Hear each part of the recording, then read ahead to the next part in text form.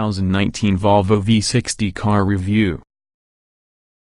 It may seem like a curious selection for Volvo to steer off its new mid-range series together with the station wagon variant.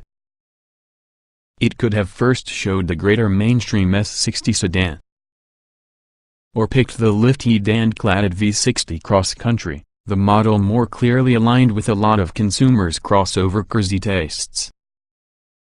But Volvo instead find the traditional wagon, which, beautiful as it might be, is unlikely to promote in any volume whatsoever, particularly the United States. The good points of 2019 Volvo V60. Enough Scandinavian design to produce IKEA blush, should hit the luxury wagon sweet spot in proportions versus price. The bad points of 2019 Volvo V60. Unrefined powertrain, unwilling chassis. The larger V90 long roof is on pace to get sales of approximately 300 units this current year. No, that number just isn't missing a zero. The 2019 V60 undoubtedly is going to do better, besides because it will probably be less expensive, but additionally because dealers are going to be stocking them on his or her lots, unlike the special order-only V90. All within the family. The V60 often is a less costly V90. Both cars share Volvo's scalable product architecture, which underpins the XC60 and XC90 SUVs. The V60's powertrain originates from its larger sibling at the same time, a transverse-mounted 2.0-liter inline 4 mated to a 8-speed automatic.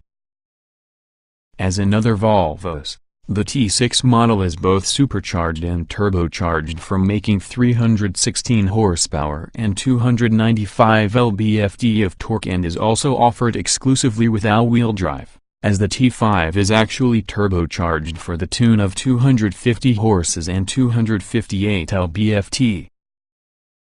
At launch, T5 models will probably be front-drive only, although Volvo representatives said an all-wheel drive T5 may very well be offered at a later date. A T8 plug-in hybrid having a rear-mounted electric motor is planned likewise. Don't hold your breath. The V60 doesn't even carry on sale inside United States until early 2019. While this provides you with plenty of time just to save your kroner, it remains to where exactly how much you'll need, as Volvo is now being tight-lipped about pricing. The usual protocol, taking the actual V60 that starts at only $39,245 and adding a grade or two, may not apply here. The outgoing V60 emanates from a different era. This also new one isn't only considerably larger but additionally an order of magnitude nicer. Familiar environs.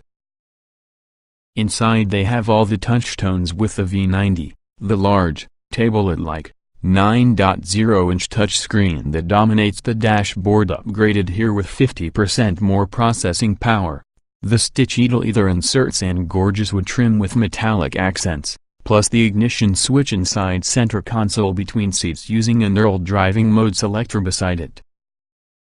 Even the trademark yellow speaker cones with the optional Bowers & Wilkins sound system peer forth from similar perforated metal grills. While you can find subtle differences between cockpits on the two cars, they're the sorts of issues that you'd must be a designer or even a car and driver fact-checker of looking after about. For all intents and purposes, those are the same. The rest from the V60, too, features a comfortable familiarity, quite literally. It is in the same way luxurious because V90, with nice standard leather, even softer leather can be an option, excellent seats, along with a cabin that sounded to the uncalibrated ear quieter than that from the V90. The V60 will have a bit more plastic bits about. Perhaps. For sure it's got a smaller luggage compartment, with all the load floor measuring just 40.7 inches from your back with the second row towards the tailgate, versus 45.4 within the V90. A rear hatch with more vertical glass helps maximize the actual volume on the V60's cargo hold, passing it on 23 cubic feet while using rear seats up compared together with the V90's 26. The V60 is virtually 7 inches shorter compared to the V90 overall, yet Volvo's designers have given it a similarly sleek look by looking into making the V60 ride closer for the ground through trimming its front overhang.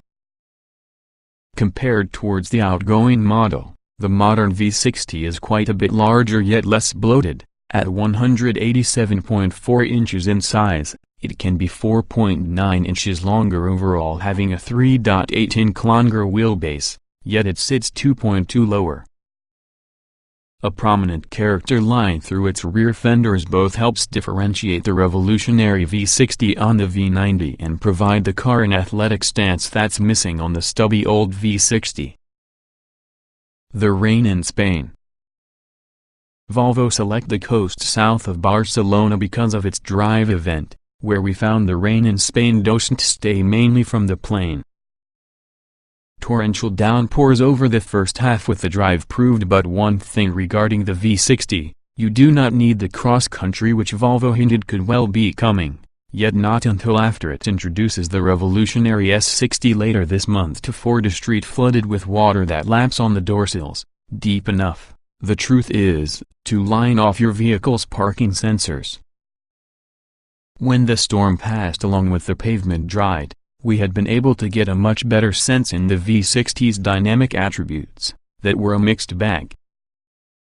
Like the V90, the V60 chassis uses unequal length control arms and coil springs in front along with a multi-link suspension that has a single transverse leaf spring inside the rear.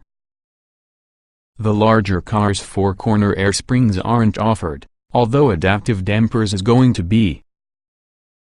The T6 AWD with adaptive dampers were built with a firm ride, with excellent body control plus a surprising quantity of road feel with the wheel. At moderate speeds it seemed how the V60 offered the handling of an first-rate sports sedan, a feeling that vanished equally as quickly since the front tire's grip whenever we really did start to push it in corners. Steering response assumes on the rubbery, artificial quality very quickly after turning, as well as the car feels heavy while cornering. 4-banger grit.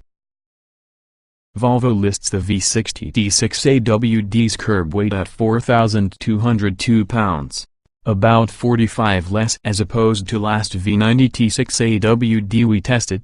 A front-drive T5 really should be about 200 pounds lighter. This should offer the smaller wagon a little performance advantage. Volvo says the T6 can hit 60 miles per hour in 5.5 seconds, 0.3 seconds quicker compared to V90. Volvo's claim with the T5 FWD is 6.4 seconds, also 0.3 seconds quicker as opposed to equivalent V90. We have seen inconsistent results with all the T6 engine in your testing, and we've also thought it was to have a non-linear power delivery. While driving in Spain, we noticed some with the same surging behavior in the transitions between supercharging at lower engine speeds and turbocharging at higher ones. Even though the V60 seems to have a greater-insulated cabin versus the V90, the sound in the highly taxed four-cylinder is unpleasant when driven in haste. Good thing, then, that this rest on the V60 is exceedingly pleasant. No carmaker today is creating designs as visually intriguing, notable and downright pretty, both in and out. The V60's singular contribution to Volvo's brimming design portfolio is its city-weaved textile interior, a no-cost option that includes cloth inserts on the seats and doors that's charming and upscale inside the same way much like the Volkswagen GTI's plaid seats. City weave is less cheeky and appears more like couch upholstery, but it's still a refreshing point of difference from each of the leathers, fake leathers, and downright cheap polyester seat materials currently in the marketplace.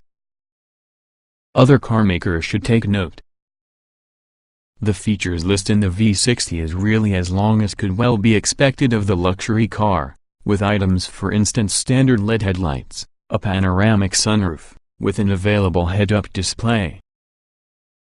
It is also as replete, keeping the car safe features every Volvo, using the city safety automated emergency braking and steering system standard. Blind spot monitoring is surely an option. Out-of-the-box pilot assist, Volvo's semi-autonomous self-steering adaptive cruise control system, which has been updated to higher handle curves, both by slowing the car through dialing in many steering torque. But, naturally, Volvo isn't the only carmaker touting its safety pedigree.